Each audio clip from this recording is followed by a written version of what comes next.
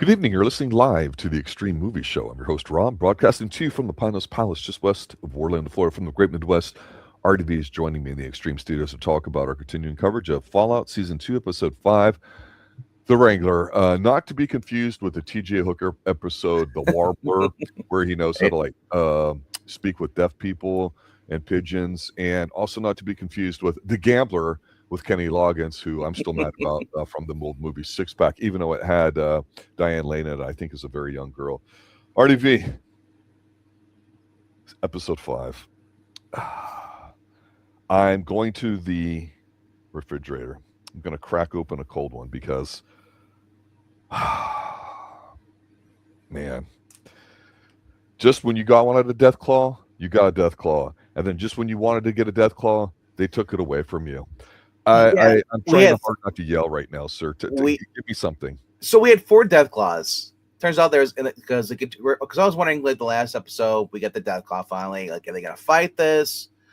And said they basically realized, well, we're not gonna be suicide to fight it, you know. So and then they realized there's like 4 of them.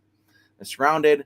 So they're hiding and they don't really have much weapons, you know. They could take them out unless you have a rocket launcher. Because he saw how like gunfire did nothing to these things, so he wasn't gonna fight it. So we see the dog run out the gate, and he's like, "Well, that's our way out." So he has a grenade, puts it in a bag, throws it over, and then shoots it, causing a distraction. And then him and Lucy decide to run and slide baseball slide under a gate. Now I was expecting her to get caught, you know, but then after that. So supposedly these indestructible things can't knock over a chain link fence, but that has aluminum or steel on the other side.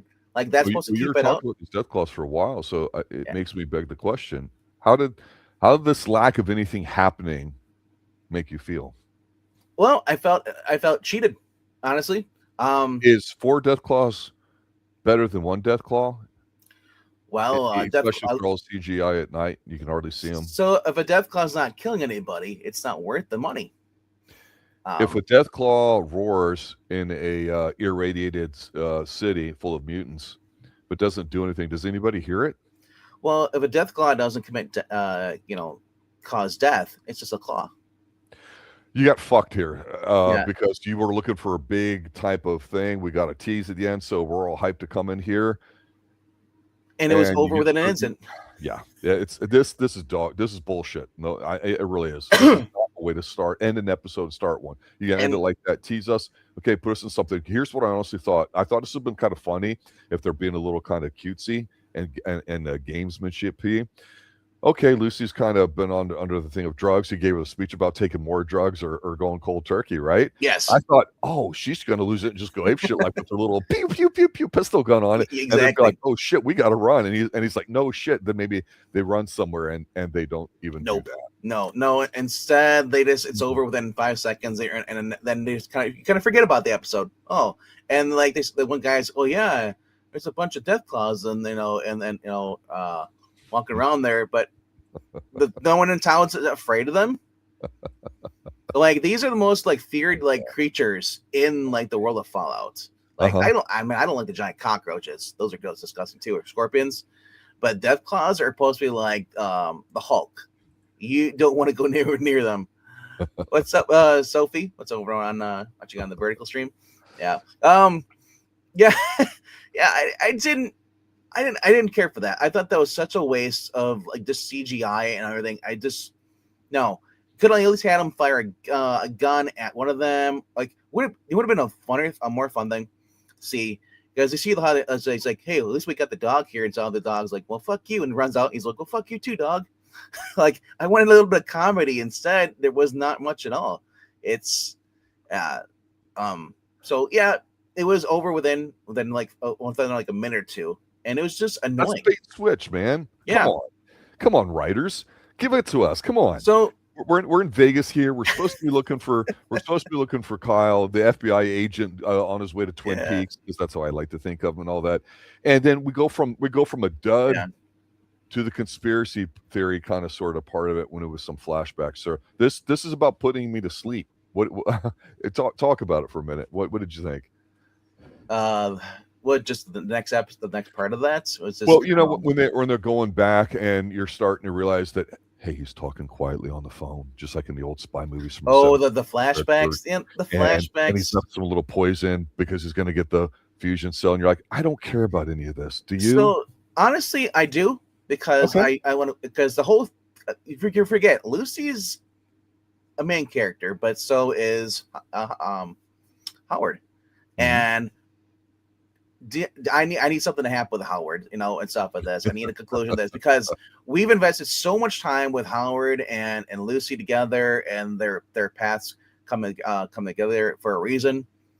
And as we learn through this episode, we find out that basically, well, we're led to believe that Vault-Tec dropped the bomb, or at least maybe Robert House, dropped the bomb. The guy who runs Vegas.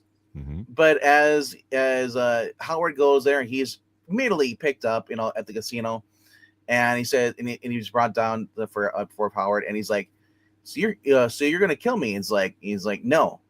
He's like, I ain't gonna do that shit. He's like, yeah, well, you would have been dead because the minute you walked in, you weren't supposed to be here, and he knows that you were at the meeting. He reveals. It's like, Mhm. and it's just them kind of like him confiding in Howard and telling him, hey, basically, it's like, I'm not the one who's going to drop the bomb. It's like, in fact, I'm trying to stop, or at least, keep the Vegas going. He's trying to get a fusion core from Vault-Tec, yes, but he talks about uploading his conscience to the computer system robotics Mhm. so he could survive, kind of like a glitch in the Matrix or like an AI programmer. Like anyway, Let me and segue off that for a minute because I think the rest of the episode for me, kind of illustrates a point, whether we talk about the writing and all that. In the last episode, we talked a little bit about the different factions and how they're mhm, represented, whether we think it's accurate or not.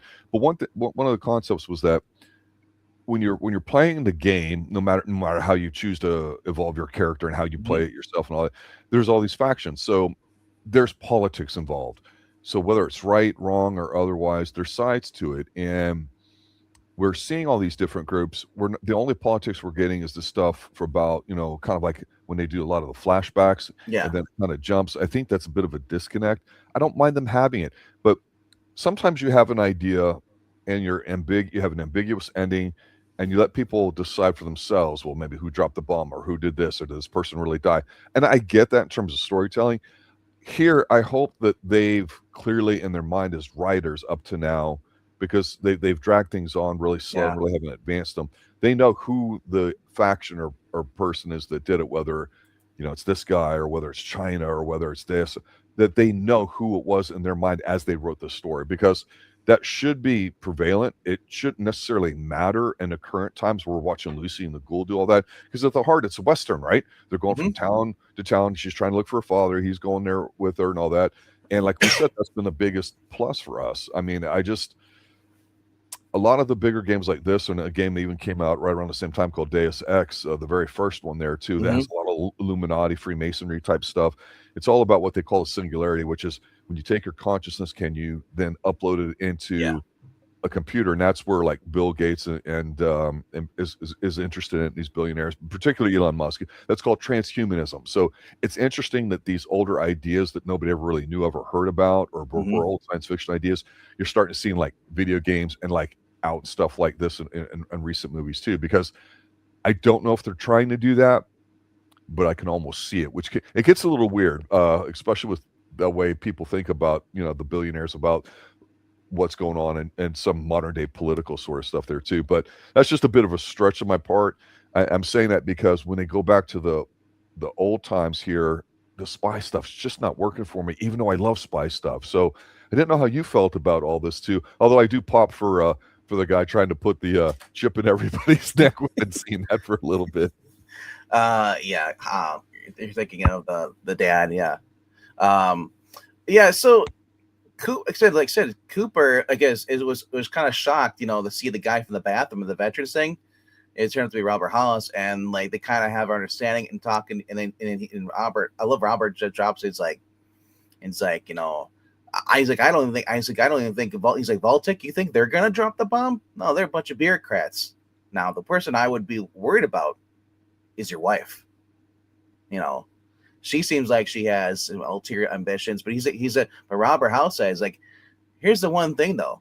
It's like, I'm the guy who's trying to find the guy who's behind all the mess. You and I are both on the same side.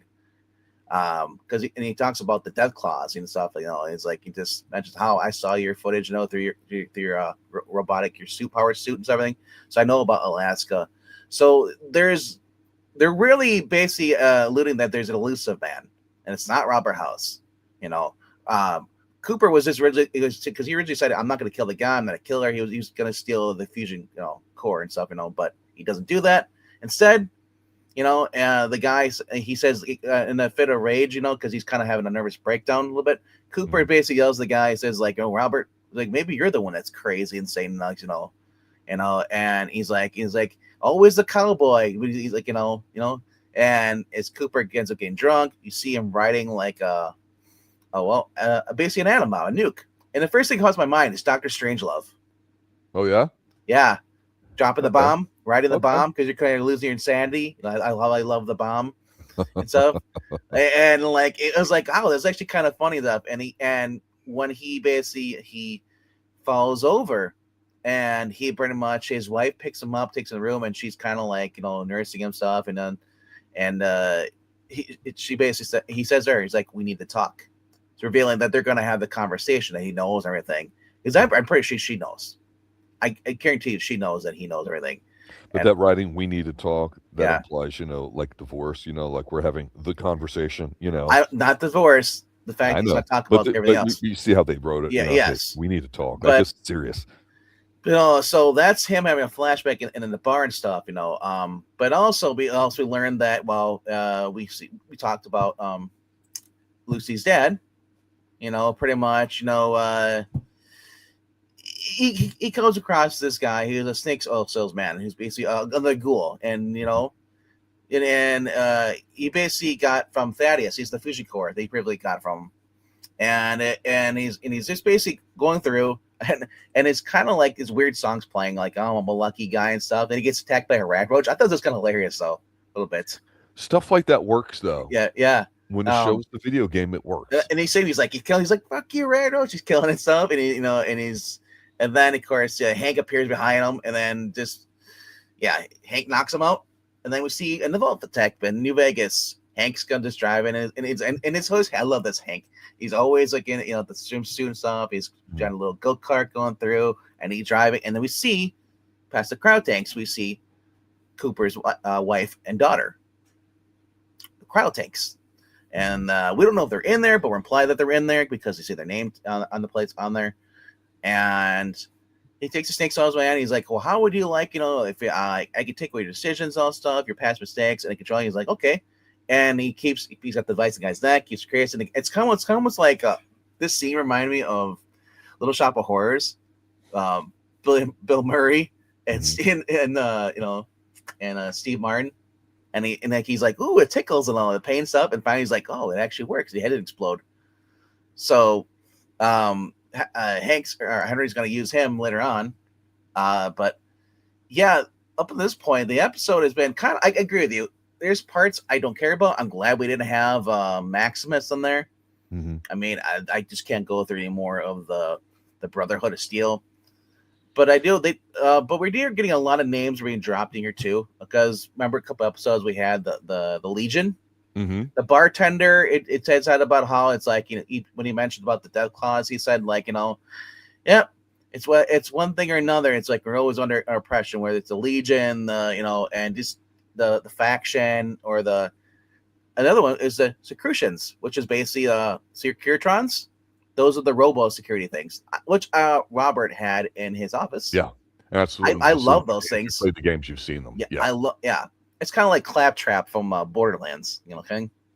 I love seeing like the 1950s technology, robotic stuff.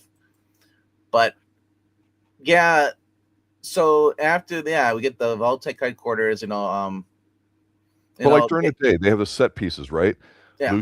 Lucy's, she's tripping, so he's like, hey, you can go to the store here and buy. Well, that's not yet though.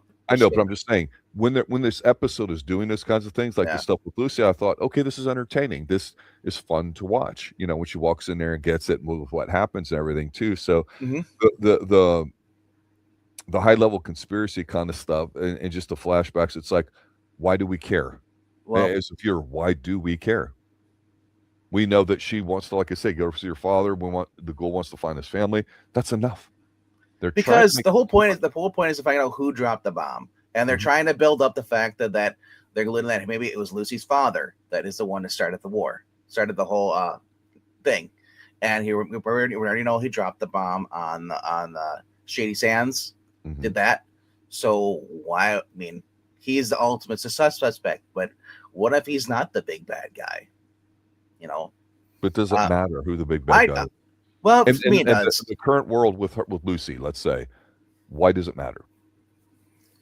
For me, I mean, I like having I like For having any viewer, though, is what I'm saying. Oh, we find out. Let's just say it's NCR. I'm just making it up, right?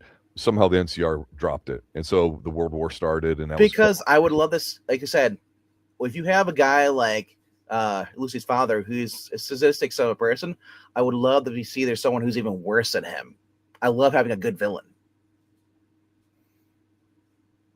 But if it happened, Because right now, ago, right now the only reason I years, like your the dad villain's because dead. the Well, only may reason not be dead, but still.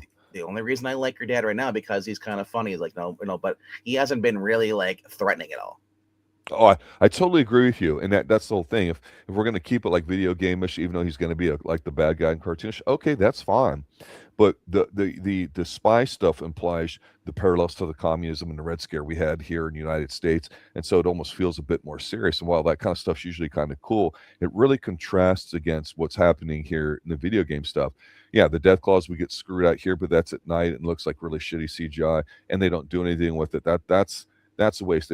They should have scrapped all that, did a little bit Yeah. more to set pieces. Because when they're walking around, what I do like, and we talked about this with some of the signs, her outfit in particular, the way the ghoul looks, when they fashion things like that walking around, it feels cool. You almost feel like you're watching two people while a game is being played, and it really makes you feel like it's a Fallout game. Otherwise, it's like a throwback spy thriller. So it also just disrupts the rhythm a little bit too, I think. It's not very clear with all the factions and everything what they're doing, and it's just that's why this episode's very kind of like hot and cold for me here too, going up to the end part of To be it. honestly, that's how the games were for me. I never was really a fan of the Fallout games. Mhm. I just felt like they were just the story was weak, and it was pretty much just you just going around shooting, destroying things. That's all it was, and being forced to use his BAPS or whatever it's called, system, Mhm. which I thought was kind of annoying. But I had friends who were really into the stuff, like because this is based off of New Vegas, Mhm. and obviously this is going to be AU. It's not going to be anything like the game. They're going to have something about their elements from the game, like we get a power glove later on. Yes. But yeah, it's if you're watching the show expecting me exactly like the game, you're not going to get that story because you're just going to get like every other story. You're going to have conspiracy, just like you had in the game. There's who do you trust? That's the whole concept, and it's yeah. So if you're expecting a really strong story, you're not going to get that. So I go into a lot of these shows based on video games, Mhm. it's really like okay, perfect example, video game movies. You go into it knowing, okay, they have a track record of not being great. So I'm not going to be in there expecting to be like, okay, why does it matter? I'm watching because I know it's going to be bad, but I want to watch it because there might be some gory scenes or something I recognize from the game, Mhm. and that's the only reason I'm watching the show because of I'm that. looking at two Mortal Kombat. Yeah. So, so, but I want to get okay. So, getting on to where Norm, we get back to Norm because Norm's right now is my most favorite kind of part story right now Okay. because Norm is not Lucy. He's a guy who basically was kind of a quiet guy, overlooked and stuff, kind of a weak guy, and he's becoming a man. He's actually got a backbone. He led these survivors out of he released them, even though he's told not to, but he released them out of their cryo chambers. These guys work for Bud. Mhm. And so they escaped out of there. Now he's been flirting with this girl, kind of being sympathizing to her, and she reveals that she's only before they cryo froze, they were only for a week, and she finally reveals in this episode after they reach the Vault-Tec, and find a computer, and she's like, hey, I know you're not, part of Blood's thing, because she's like, I was like, what do you mean? It's like, well, you're not crazy like the rest of them, and said, I only work a week. So of course, and here's the other thing too. He was going through files and he comes across Barbara Howard's desk with an active computer. And this is where we get the virus. So apparently she had, I don't know if it was released or whatever. Maybe is she behind the death clause? Like experimentation stuff? Because there was like a virus she had. I forget what it's called. But it was like well, it's kind of like there's interesting ways that they could take this, because again, if you use the video game lore, you could say, oh, there's secrets from the Institute, which would be a faction you could do it, or something else. So they could play it a lot of different ways, but they're really just kind of trying to balance the three things, because they actually seemed like they were starting to get going with the vault stuff and everything too, with the guy being locked in and the water shortage and everything else there too. But it's just like I say, it kind of takes away from it, right? I mean, but they should be able to hack those computers and get into them from those vaults and figure out some of these information. You don't see anybody trying that. Well, here's the thing. It's called a local network. Not everything's connected. That's true. Yeah, that's true. So the virus was called a forced evolutionary virus, which is part of the games.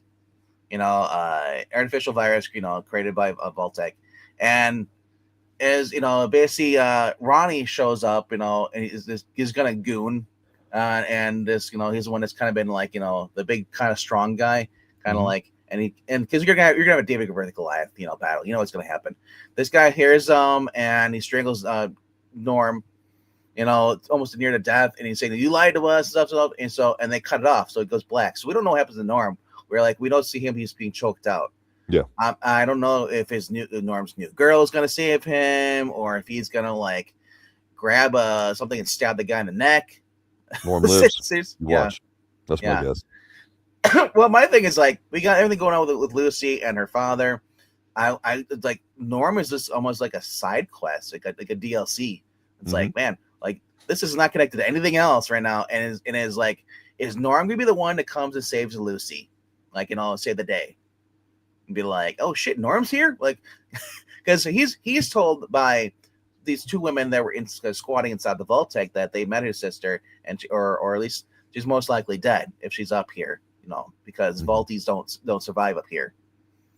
Obviously they're because they're too nice or just they don't know. They don't know. They don't have like it's like you take a yuppie, a guy who's basically been spoon-fed, silver platter, everything, and just never had to do anything.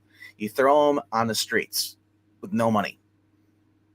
Either you sink or swim, and most people would probably most like if you're forced to be homeless, you either fight or you die. That's kind of So I've been liking that storm with Norm because through Norm we're learning more about Vault-Tec too.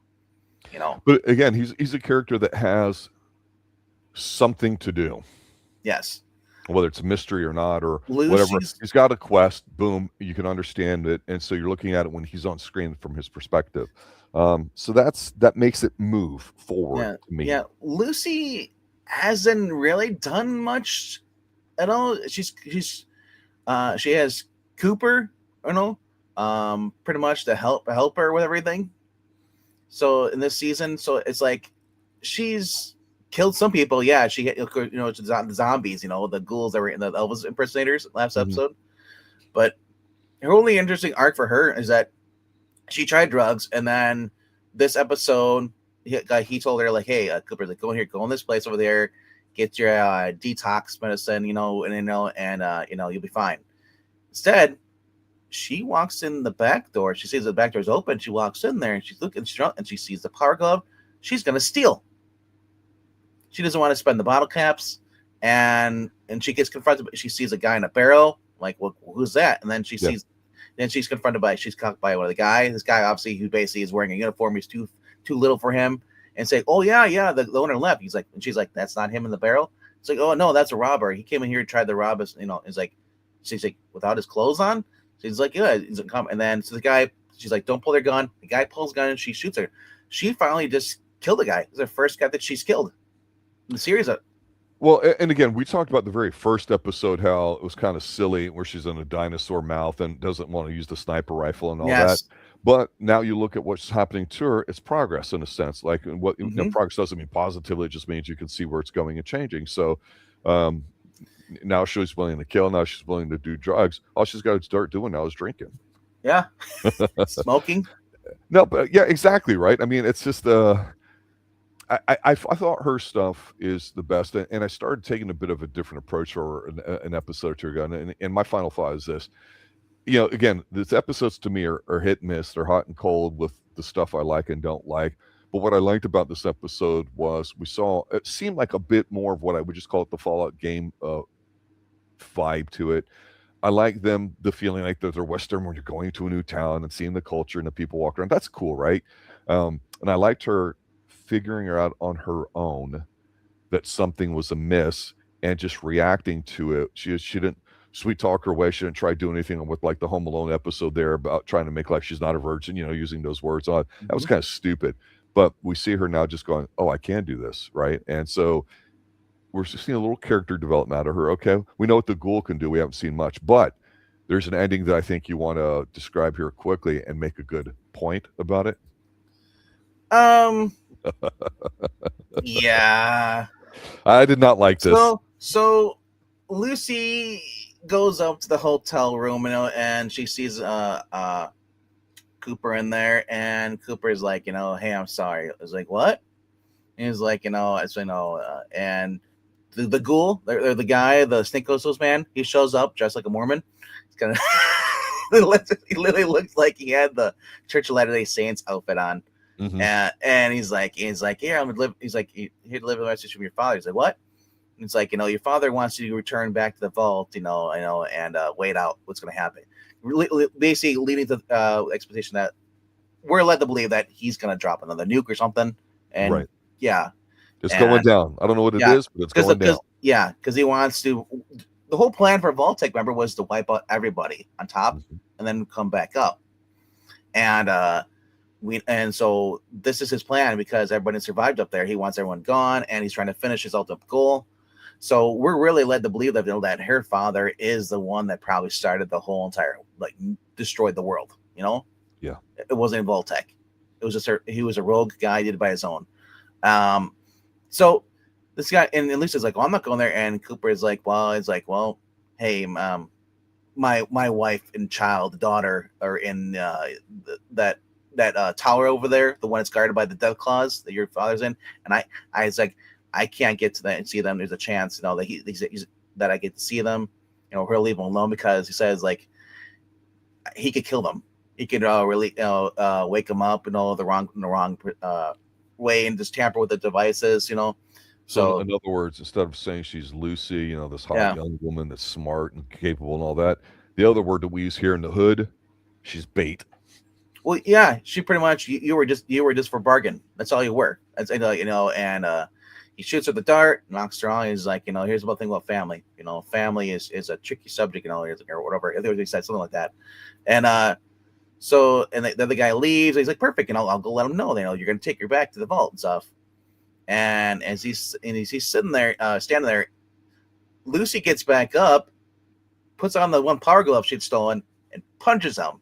The 5-knuckle sandwich, buddy. Yeah. With that. She gave him a hug punch, pretty much a hug buster punch, which I think is like those. I love those. That they have it in Fallout 4. Had those in New Vegas. Had these gloves. All these things are awesome. If you just want to do melee and punch people, you don't need guns. You can take out stalkers, just punching them stuff. And so you see Cooper flies out the window and he's falling there. And he's like, this is usually like when those movies are started. He's like, now you're wondering how he got in this situation. As he's falling down, he lands impaled on a steel bar, square bar, vertically. And she's like, I trusted you, and you're like, it's like, I thought we had something really going here. And then she falls down again, but then she's kind of being waken up a little bit, or at least come to again. She sees her father standing over her butt and just like, okay, hey baby girl, and it's like, and it ends with that. It's just like, what the hell? But that was kind of messed up. But Yeah, I want to go over like as far as also too than just this episode. This was directed by Liz Friedlander. She's the one that did the Profligate, the one with Molly Culkin, the one we really didn't like much either. Yeah, the Home Alone one. Yeah, Home Alone one. Yeah, I'm Not a Virgin speech. And that was Chaz Hawkins who also did the screenwriter for that one. That Profligate. So the one here, but the one right here though is Owen Ellickson. He is the co-executive producer of the series. And I was looking to see, this is the only episode that he's written out of the 2 seasons. Well, I know they have a season 3 coming, and we'll see if they Yeah. go to 4 and sure. 5. But you are point like fit in. how long is this plot gonna go out? Are they gonna is the guy from Twin Peaks, is he gonna die at the end of the season? You're not killing Kyle. No. Like, or they reveal like his is Cooper's wife gonna be like come out and be like, yeah, I'm begging, I'm evil, and just like, yes. Well, I mean, I think they were divorced, right? So at some point, well, we don't know they're divorced. There's no inclination of divorce. Just have a talk because he keep secrets from each other. So I don't think they're divorced. I just think the fact that they don't seem to in the with each other even from the get-go. So when the bombs dropped, he got obviously he was with his daughter when the first bomb dropped. I remember that in the very first season. Yes. So I don't know, and he was doing parties. Maybe they were divorced. I don't know. But I'm curious how his daughter got into a vault thing. So I do want to know that because we do kind of care about Lucy, but I think what's going to happen is his family, meaning his wife and all that, is going to be like bad. Well, I think his daughter will be like the only redeeming grace. The ghoul's going to be like, oops, I fucked up. Now I've got to make it right by going and helping Lucy with whatever her mission's going to be. Do you think Cooper is going to like bite at the end? They're going to kill up Walter Goggins. It's going to be at the end. No. The end's going to be Lucy and Cooper's daughter, and that's it. I think we're going to see a third party. Not going to say introduced, but because we already will probably know what it is at this point, whether it's the one lady from the end of the season 1. They're going to bring in something like that because it's going to end with him living and her. Now, what sometimes what happens in these situations is they'll start like the next season with both of them on like a completely different path, and then they meet up again a little bit later. Kind of like how like Luke Skywalker went to yoga, do his thingy, and eventually caught up to them in the next movie. You have to go down your own path. I think that's what they're targeting it for by teasing their separation now. So when they get back together, they have the common purpose they can unite with and make it right for season 3. I think that's how they're setting it up, showing her grow a little bit.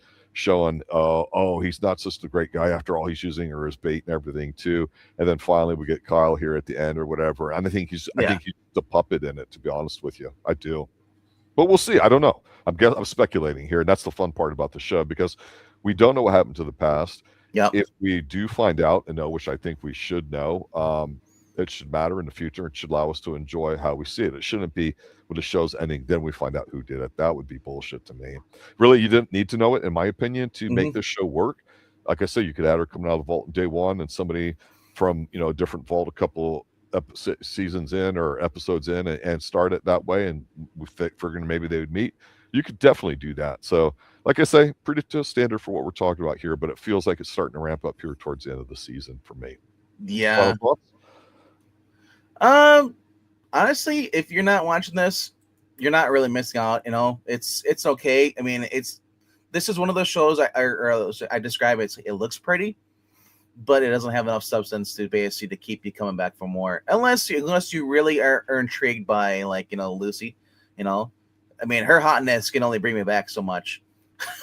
but other than that, though, I said she's perfectly cast in it, and I'm not saying she's a great actor. I like it makes me want to see the show because she's really good at her role. The very first season, though, with Norm, I didn't care about him, but then he had this huge character growth, and like, dude, Norm's a badass. It's like I want to know more about Norm. He's defying stuff. He's like, just contrary, learning stuff. Yeah, that's why I want more Norm, and I want the Lucy and Norm teaming up to take down their father. But you know what we're gonna get next episode? More Max. Of course. Why? Why give me Max? Why? Because you're not maxed out yet. Why? Anyway. Nah.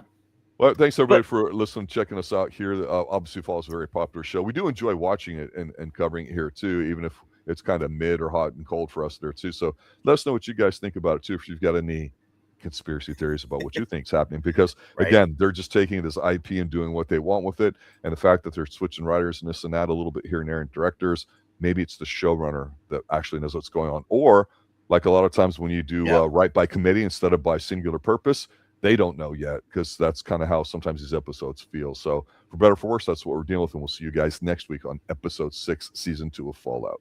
Good night now. Thanks for watching. See you guys on Tuesday.